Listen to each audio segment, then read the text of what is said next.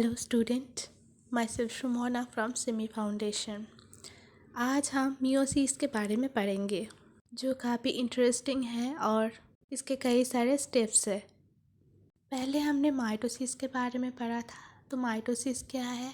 Mitosis एक cell division है जहाँ पे एक सेल डिवाइड होके दो सेल में कन्वर्ट होते हैं और एक सेल का जो जेनेटिक मटेरियल है वो डिवाइड होके दोनों सेलों में बराबर से डिवाइड हो जाते हैं। मतलब कि एक सेल से दो सेल में कन्वर्ट होते हैं। और मियोसिस में हम देखेंगे कि एक सेल से कैसे 4 सेल में जेनेटिक मटेरियल डिवाइड होते हैं। मियोसिस का जो प्रोसेस है वो गैमेट और रिप्रोडक्शन के लिए सेल तैयार करते हैं। गैमेट का मतलब स्पर्म और एग है। तो हम एनिमल्स में सेक्सुअल रिप्रोडक्शन के लिए स्पर्म और एग का ज़रूरी होता है। और स्पर्म और एग कहाँ से आता है? Bye meiosis process. तो मियोसिस को हम एक प्रोसेस बोल सकते हैं जो गैमेट तैयार करते हैं। तो अब हम जानेंगे कि ये मियोसिस का जो प्रोसेस है वो कौन कौन सी स्टेप से जाके गुजरती है और क्या क्या होता है एक एक स्टेप में। स्टूडेंट्स, आपको तो क्रोमोसोम के बारे में पता ही होगा। तो हमारे जो ह्यूमन बॉडी है वहाँ पे 46 क्रोमोसोम होता है। Each parent contribute 23 chromosomes. मतलब जो हमारा पेरेंट है तो बोथ पेरेंट्स से हमें 23 करके क्रोमोसोम आता है। मतलब कि मम्मी से अगर 23 क्रोमोसोम आता है तो पापा से भी 23 क्रोमोसोम आएगा और जो मिला के एक बच्चे में 46 क्रोमोसोम होता है। मियोसिस में एक टर्म रहेगा जो है होमोलोगस क्रोमोसोम। तो होमोलोगस क्रोमोसोम क्या है? One of two pair chromosomes, one from each parent, same length, same centromere position, carries gene that control the same inherited traits। Chromosome में जो है वो तो पेयर में रहता है, वो तो आपको पता ही है। लेकिन एक पेयर में दो क्रोमोसोम रहता है। ये जो एक क्रोमोसोम पेरेंट से आता है वो कहाँ पे अटैच होते हैं? वो सेंट्रोमियर में अटैच होते हैं। अब होमोलोगस क्रोमोसोम, अगर हम आँखों की बात करते हैं तो आँखों के लिए जो क्रोमोसोम हमें पिता से मिलता है वही क्रोमोसोम माता की क्रोमोसोम से आके मैच होता है। सेंट्रोमियर में आके वो दोनों आँखों की क्रोमोसोम आके मैच होता है। हम स्किन कलर की बात करें तो पापा से जो क्रोमोसोम आता है वो मम्मी से जो क्रोमोसोम आता है वो एक ही सेंट्रोमियर में आके पेयर होता है। तब एक ही काम के लिए दोनों पेरेंट्स से सेम क्रोमोसोम आता है और वो दोनों क्रोमोसोम एक सेंट्रोमियर में जाके अटैच हो जाते हैं। अगर दोनों क्रोमोसोम सेम ही है तो काम भी तो वो सेम ही करेगा ना। यहाँ पे आप बोल सकते हैं कि एक फैमिली में अगर दो बच्चे हो और मम्मी पापा एक ब्राइट स्किन कलर और एक डार्क स्किन कलर के हो तो बच्चे दोनों एक ब्राइट स्किन और एक डार्क स्किन कलर के क्यों होते हैं? दोनों ही ब्राइट या फिर दोनों ही डार्क स्किन कलर के क्यों नहीं होते हैं? तो इसका जो कारण है वो हम आपको आगे जाके बताएंगे।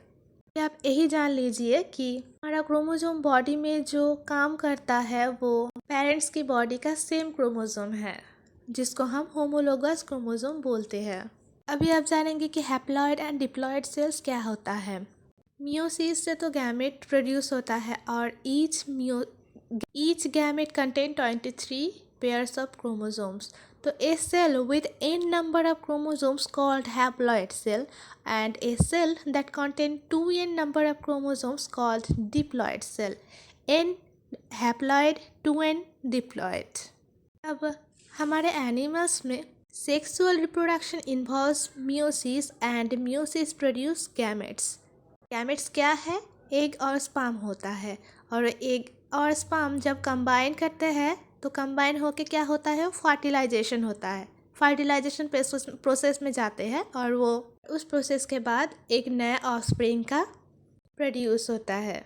इन fertilization the egg which contain 23 chromosomes and the sperm which also contain 23 chromosomes combine to form a new 2n cell with 46 chromosomes। मतलब जो एग है वो n है। n मतलब क्या है? Haploid cell. और जो स्पर्म है वो भी n है, हैप्लॉइड है। और जो एग और स्पर्म है वो मिला के 2n सेल का फॉर्मेशन करता है। 2n मतलब डिप्लॉइड। अब इतना सारे इन्फॉर्मेशन तो हमने जान लिया जो मियोसिस के प्रोसेस में हमको काम आएंगे। अब हम चलते हैं मियोसिस के प्रोसेस में। मियोसिस का जो प्रोसेस है वो 2 फेज़ में है, मियोसिस 1 एंड मियोसिस 2। मियोसिस 1 में भी 4 फेजेस है, मियोसिस 2 में भी 4 फेजेस है, prophase, metaphase, anaphase, telophase. Meiosis 1 में prophase 1, metaphase 1, anaphase 1 and telophase 1, and prophase 2 में prophase 2, metaphase 2, anaphase 2 and telophase 2 कहलाता है ये सब स्टेजेस को। अब हम जानेंगे इन सारे स्टेजेस में क्या होता है। मियोसिस में एक सेल जाने से पहले वो इंटरफेज में जाते हैं, और इंटरफेज क्या है? In interphase the cell carries out its usual metabolic activities and replicate its chromosomes just hanging out doing its cell thing. तो इंटरफेज में क्या होता है, एक सेल की जो मेटाबॉलिक एक्टिविटीज़ है उसको कैरीज आउट करते हैं और क्रोमोसोम जो कि रेप्लिकेट होना शुरू करते हैं। प्रोफेज 1 में क्या होता है? Pairing of homologous chromosome occur. Each chromosome consist of 2 chromatids, nuclear membrane breakdown, chromosome coil up and spindles form. Formation of tetrad and crossing over awkward. Homologous chromosome का पेयरिंग होता है। होमोलोगस क्रोमोसोम क्या है आपको पहले ये बता दिया था। एग और स्पर्म का फर्टिलाइजेशन होने के बाद जिन जिन कामों के लिए जो जो क्रोमोसोम ऑब्ड है वो क्रोमोसोम पेयरिंग होता है, और इस पेयरिंग क्रोमोसोम को हम होमोलोगस क्रोमोसोम बोलते हैं। और होमोलोगस क्रोमोसोम में जो पेयर होते हैं वो 1 pairing of chromosome comes from father and 1 pairing of chromosome comes from mother, and 2 chromosomes make pairing. It's called homologous chromosome, and ये chromosome consist of 2 chromatids. Prophase 1 में एक सेल का जो न्यूक्लियर मेम्ब्रेन होता है वो ब्रेक डाउन हो जाता है, और क्रोमोसोम जो है वो कॉइल अप होते हैं और स्पिंडल फॉर्म होता है। एक सेल की 2 होते हैं, हमने माइटोसिस में भी पढ़ा था। एक सेल की जो 2 पोल्स होते हैं वहाँ से स्पिंडल का क्रिएट होता है, क्रोमोसोम जो है वो कॉइलिंग अप होते हैं। Formation of tetrad and crossing over. Tetrad क्या होता है? Tetrad is a combination of 2 homologous chromosome each made up of 2 sister chromatids. Tetrad are very tightly. इस पिक्चर के साथ आप देख सकते हैं 2 homologous chromosome pair up tightly and 2 homologous chromosome called 2 sister chromatids. ये 2 homologous chromatid इतना tight से बंधे होते हैं कि समटाइम्स एक क्रोमोसोम का जो जेनेटिक मटेरियल है वो दूसरे क्रोमोसोम में एक्सचेंज हो जाते हैं। कि 2 homologous क्रोमोसोम एक साथ टाइट से बंधने के लिए एक का जो जेनेटिक मटेरियल है वो दूसरे में एक्सचेंज होता है, और इसको हम बोलते हैं क्रॉसिंग ओवर। टेट्राड क्या है? 2 homologous क्रोमोसोम जो टाइट पेयर अप होके 2 सिस्टर क्रोमाटिड का फॉर्मेशन करते हैं उसको हम टेट्राड बोलते हैं, और टेट्राड फॉर्मेशन होने के बाद जो जेनेटिक मटेरियल एक्सचेंज होते हैं उसको हम क्रॉसिंग ओवर बोलते हैं। ये प्रोसेस होते हैं प्रोफेज 1 में। अब हम देखेंगे मेटाफेज 1 में क्या होता है। Chromosome centromeres attach to spindle fibres, tetrad line up in the middle line of the spindle, homologous line up at the equator as a pair. एक सेल की 2 पोल्स से जो स्पिंडल फाइबर का क्रिएट होता है प्रोफेज 1 में, वो metaphase 1 में क्या होता है? क्रोमोसोम जो है वो उसका सेंट्रोमियर उस स्पिंडल फाइबर से अटैच हो जाते हैं। टेट्राड का जो फॉर्मेशन होता है वो लाइन अप होके मिडल ऑफ द स्पिंडल में जाके रुकता है। मिडल ऑफ द स्पिंडल की मतलब इक्वेटर लाइन में। देखेंगे कि नेक्स्ट एनाफेज 1 में क्या होता है। Homologous chromosome separates and move to opposite poles of the cell. Centromere don't split like mitosis. Ensure that in anaphase, each new cell will receive only 1 chromosome from each homologous pair.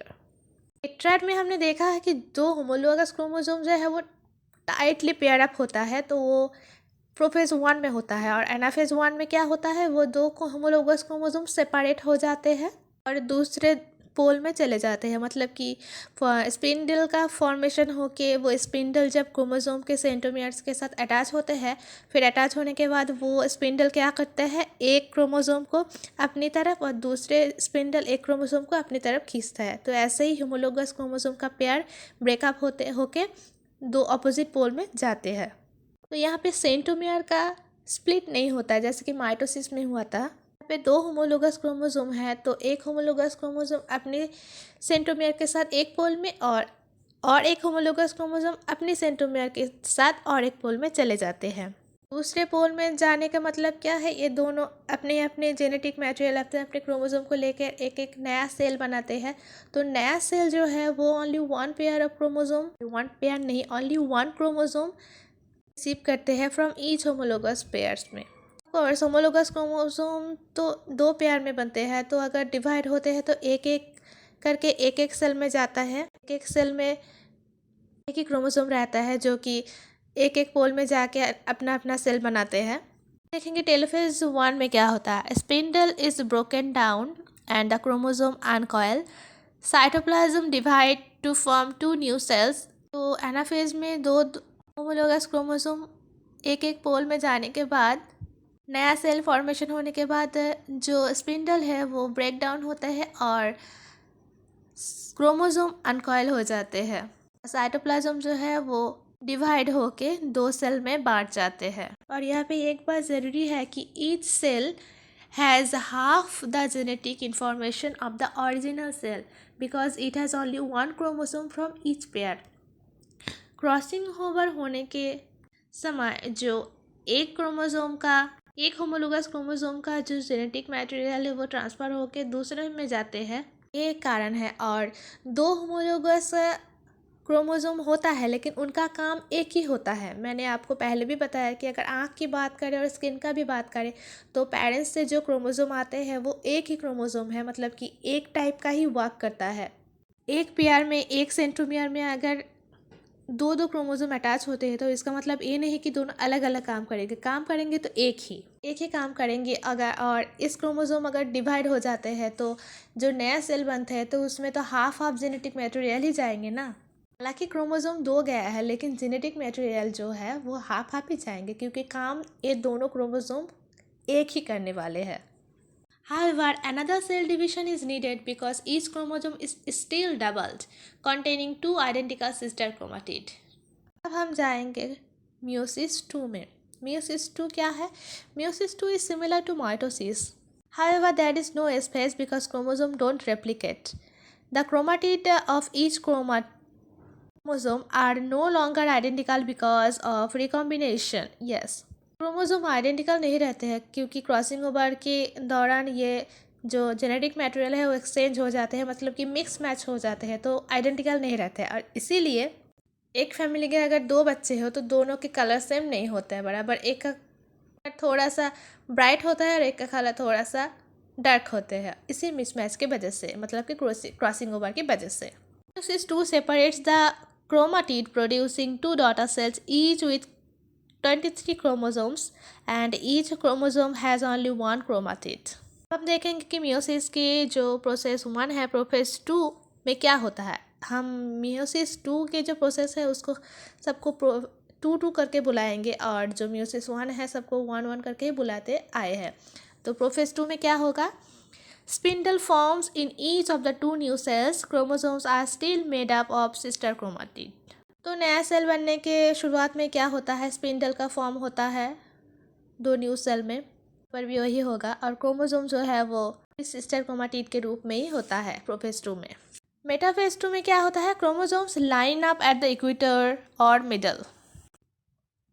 Metaphase 1 में जो हुआ था कि chromosome जो है वो line up होकर equatorial plate में आता है, तो मेटाफेज 2 में भी यही होता है। Chromosome line up at the equator और middle of the cell spindle. Anaphase 2 में क्या होता है? Centromere of each chromosome split, this allow the sister chromatid to separate and move to opposite poles. Yes, anaphase 2 में जो centromere होता है वो सेंट्रोमियर मतलब कि दो सिस्टर क्रोमाटिड जहाँ पे अटैच होते हैं वो स्प्लिट होते हैं, और ये स्प्लिट होने के कारण जो दो सिस्टर क्रोमाटिड है वो दो अलग होके ऑपोजिट पोल में जाते हैं।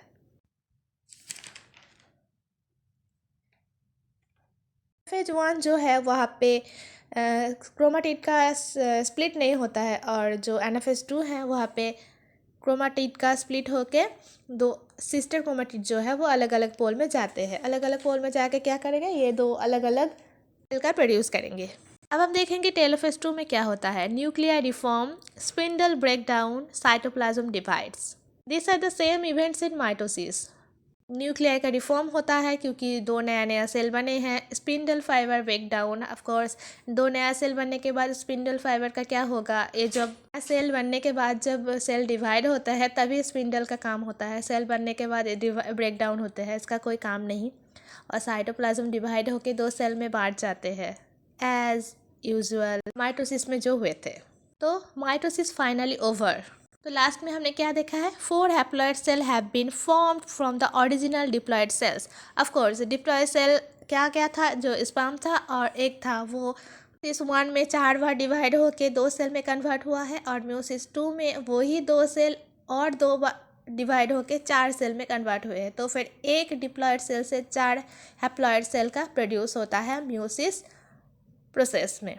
इसका मेन मुद्दा है, each haploid cell contain 1 chromosome from each homologous pair. Homologous pair में जो क्रोमोसोम होता है वो 4 सेल में एक एक क्रोमोसोम करके डिवाइड हो जाता है। These haploid cells will become gametes, transmitting the genes they contain to offspring. ये जो एक गैमेट से 4 सेल का फॉर्मेशन हुआ है, अभी ये 4 सेल फ्यूचर में डिवाइड होके और 4 सेल का फॉर्मेशन करेंगे, और 4 सेल का फॉर्मेशन करने के बाद क्या होगा, इसका जो जेनेटिक मटेरियल है मतलब कि ओरिजिनल सेल के, वो भी 4 सेल में कन्वर्ट हो जाएंगे। तो स्टूडेंट, आई होप आप माइटोसिस के जो प्रोसेस है वो पहले समझ गए होंगे, और ये जो मियोसिस का प्रोसेस है वो काफ़ी सिमिलर है माइटोसिस के। आई थिंक आप समझ गए होंगे। तो for today that's all. Thank you and keep learning.